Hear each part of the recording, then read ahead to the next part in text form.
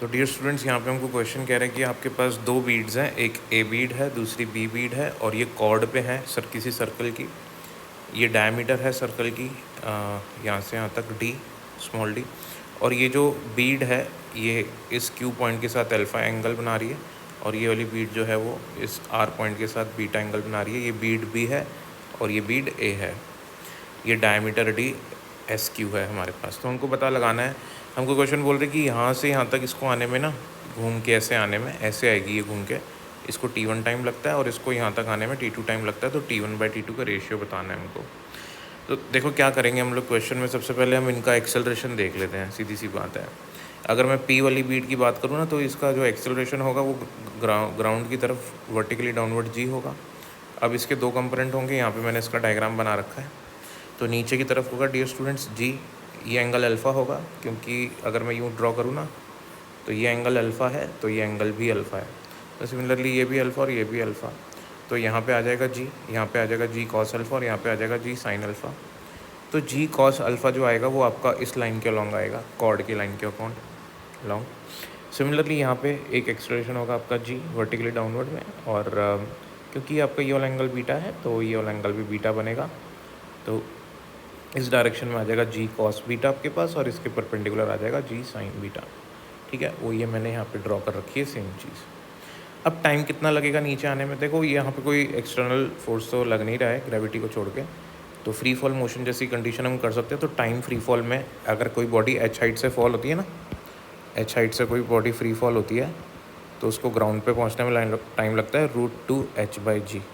Second equation of motion में से हम निकाल सकते हैं जब हम u0 पुट कर दें तो।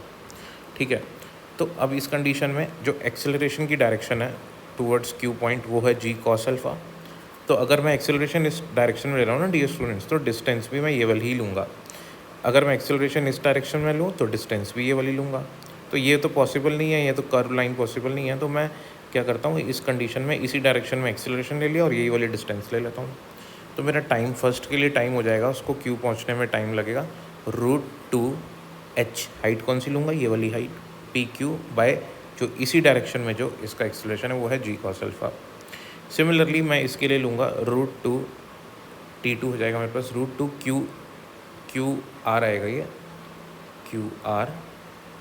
यहाँ पे मैं थोड़ा सा चेंज कर देता हूँ, जगह QR है ना, अपॉन जी कॉस बीटा, क्योंकि इस डायरेक्शन में जी कॉस बीटा है इसका एक्सेलरेशन। अब मैं देखो यहाँ पे ना मैंने थोड़ा सा यहाँ पे एक कंसेप्ट बताता हूँ आपको। ये लाइन पहले से ड्रॉ हुई थी डायग्राम में, ये लाइन पहले से ड्रॉ हुई थी, ये वाली लाइन मैंने ड्रॉ करी है। अब यहाँ पे ये सर्कल की प्रॉपर्टी होती है कि अगर मैं सर्कल के एक पॉइंट से जो कि सरकमफ्रेंस पे है एक और लाइन ड्रॉ करता हूँ जो कि आर्क है और डायमीटर नहीं है, ठीक है, फिर उस पॉइंट से एक और लाइन ड्रॉ करता हूँ जो उसके दूसरे एंड पे वर्टिकली दूसरे एंड पे जाती है, तो ये जो दोनों लाइन होंगी ना, इनके बीच में हमेशा 90 डिग्री एंगल बनेगा। चाहे मैं इनको ऐसे ले लूँ, चाहे मैं इनको ऐसे ले लूँ, तो ये जो एंगल बनेगा ना दोनों लाइंस के बीच में, ये हमेशा 90 डिग्री होगा। लेकिन शर्त क्या है? लाइन की स्टार्टिंग एक पॉइंट से हो और एंडिंग दूसरे एंड से हो, तो ये वाला एंगल 90 डिग्री बनेगा। सिमिलरली ये वाला एंगल भी 90 डिग्री बनेगा। तो अब ये राइट एंगल ट्रायंगल दिख रहा है ना हमको, तो ये वाली डायमीटर तो हमको डी दी हुई है, ये हमको मालूम नहीं है, ये भी हमको मालूम नहीं है, ये एंगल हमको मालूम है। मुझे चाहिए ये वाली साइड। अगर मैं ये वाला एंगल कंसिडर कर रहा हूँ तो ये वाली साइड क्या हो जाएगी? परपेंडिकुलर, ये बेस और ये हाइपोटेन्यूज जो कि डी है। तो बेस क्या होता है? बेस होता है कॉस अल्फ़ा इंटू हाइपोटेन्यूज जो कि डी है। तो PQ मेरा यहाँ पे बेस है, ये मेरा परपेंडिकुलर है, तो बेस होएगा कॉस अल्फ़ा इंटू हाइपोटेन्यूज जो कि डी है। तो PQ आ गई मेरे पास वैल्यू। अब ये PQ की वैल्यू ना, ये नीचे जो मेरे पास फॉर्मूला है यहाँ सब्सटीट्यूट करनी है। तो PQ की वैल्यू मैं रख दूंगा, तो हो जाएगा 2PQ यानी कि 2D cos alpha by g cos alpha.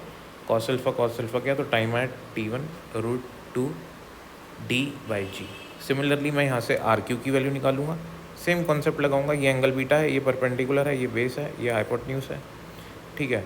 तो बेस क्या होता है? बेस होता है हाइपोटेन्यूज टाइम्स कॉस थीटा, यहाँ पे बीटा है तो कॉस बीटा, तो hypotenuse times cos beta is nothing but base, ठीक है ना।